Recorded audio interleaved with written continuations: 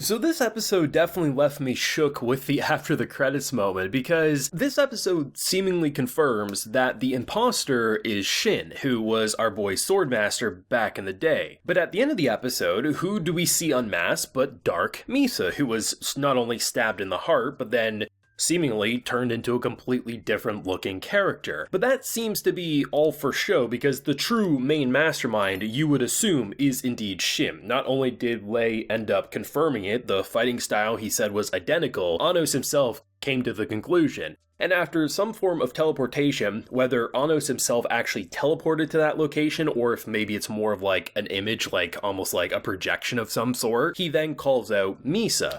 So this episode, you would expect, okay, so the confirmation of the identity of the one pulling these strings, doing these horrible things, is Shin. But for some reason, he then takes Misa and then turns her into Dark Misa, and we're left saying, where do we go from here? All I can hope is that the Misfit of Demon King Academy doesn't suffer delays like pretty much every other Omniplex Pertouche series out there, because where we're currently at with Season 2 is very, very exciting, and I need to see where this entire season's gonna go next. Now, I do have a full live reaction to today's episode available on my Patreon, so if you want to see that, consider supporting. But this episode was very enjoyable. Last week, we had the test shenanigans, which I praised the direction because I thought it was funny. I thought the 3D on the tree was so outworldly. It was goofy. I liked it. The more I see of the tree, the more I laugh. Literally, at one point in this episode, they have like a wider shot. You see the face on the tree. And then there's like, in terms of image length, like this much, and then it's just the bushel of leaves. For some reason, they didn't even make the leaves look like hair. They just like made it go higher up on the tree, which made the entire visual gag all the funnier to me. But this time, we get pretty much a non-stop action episode. We fight some lightning beasts in the sky, and then we have a typical sword duel on top of Anos, well, being Anos, saying, did you really think this abyss that you were seeking was going to be enough? I made the abyss look like a pond 2,000 years back. Like,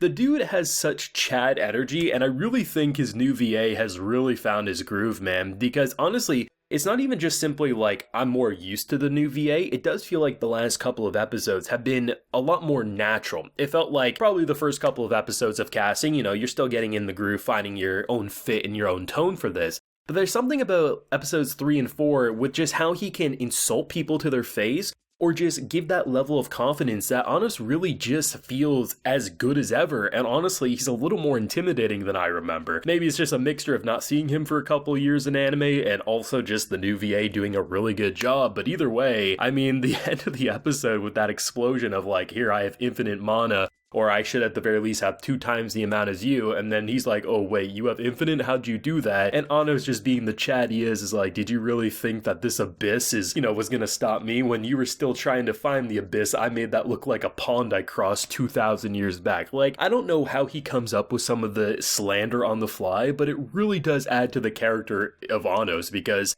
really, there's not too many characters like him. And the thing that I really enjoy about his character is rather than him just being someone who is stronger than everyone and that's how he solves all these issues, most of the season has actually been him outthinking other people. So I'm pretty excited to see where they're going to go, because really this has been a lot more strategy focused than just him just simply saying, I can move the moon, or I have unlimited mana, I can do this or that. So it's going to be pretty cool to see what they're going to do going forward. But I mean, the Misa stuff, I mean, she's been an interesting topic this entire season.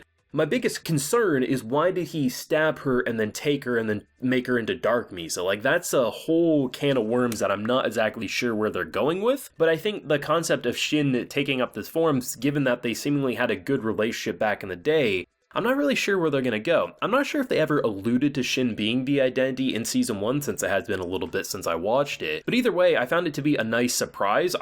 Honestly, the more I watch this, I feel like that's the end boss. Like, I feel like you can't resolve that conflict in Season 2 unless there's going to be a different opponent that Anos will beat someday. Because as it stands, it almost feels like Shin will be like that ongoing opponent, that ongoing threat for Anos until the story eventually wraps up. But there's clearly some form of connection with him and Misa. I just don't know exactly what he's doing. If it's like he needs her for a ritual or something like that, I don't know. But pretty interesting stuff nonetheless. The action was very fun as well. I think it's kind of fun because at first I thought what was going to happen is you see this moment where like there's this like rusted stone sword in the field of flowers. It's a beautiful location. I'm thinking to myself, okay, if there's ever been a location that's about to get covered in blood, it's the flower field. Instead, nope, it was just a fun dialogue scene. The action was honestly just in the sky with lightning blasts. Honestly, could have been like a Souls boss, you know, and any From Software boss, just given that there's like these lightning attacks and the clever way they got around it. Once again, not just beating it to death, but closing your eyes and grabbing it when it attacks. I thought that was a nice little fun addition. The swordplay, nothing really extraordinary, but there was a visual gag that made, I think, Lei's fight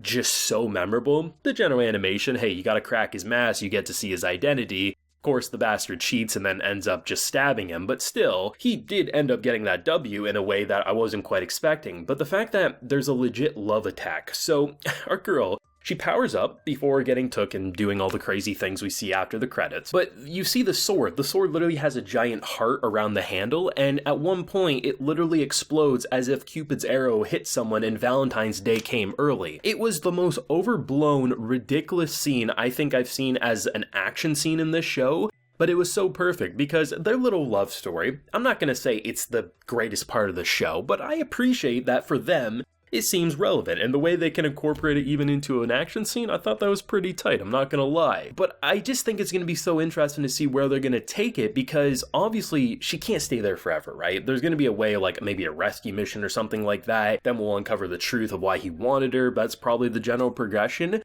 But honestly, Misfit is doing a really good job this season.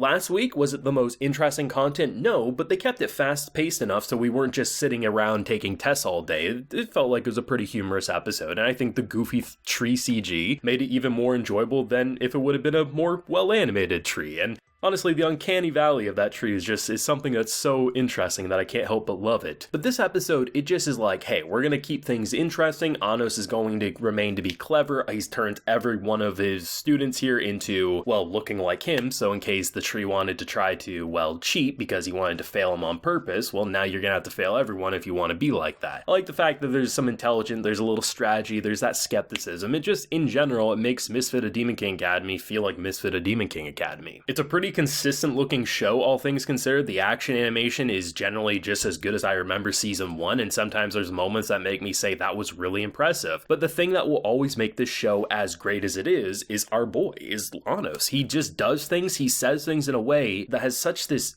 Chad energy that if anyone else even attempted to say it, you would just laugh, be like, you're not as cool as you think you are. But there's something about this boy. He, even when it feels like the entire deck is stacked against him, you know, somehow he's gonna make it so they're the ones who fail. And even though you know the journey of him winning will come true, the way he gets there is always just so entertaining that you can't help but laugh, you can't help but say that was badass. And honestly, the fun little plot twists and turns in the middle of what I thought was just a little love story, honestly, is quite impressive, and I'm really excited to see where they're going to take it next, and all I can do is fingers crossed this one also doesn't get delayed, because I need to see where season 2 is going to go. But thoughts and feelings yourself down below. Leave a like if you enjoyed, subscribe if you're new around here, make sure to ring that bell so you can get as many notifications to the channel as possible. Like I mentioned, full live reaction is available on the Patreon, and while you're there, you'll also get yourself a video shoutout, like the Improvement Lab, the Good Shark, and Toby are getting today. So I appreciate the support, everyone. Please take care and have a good one.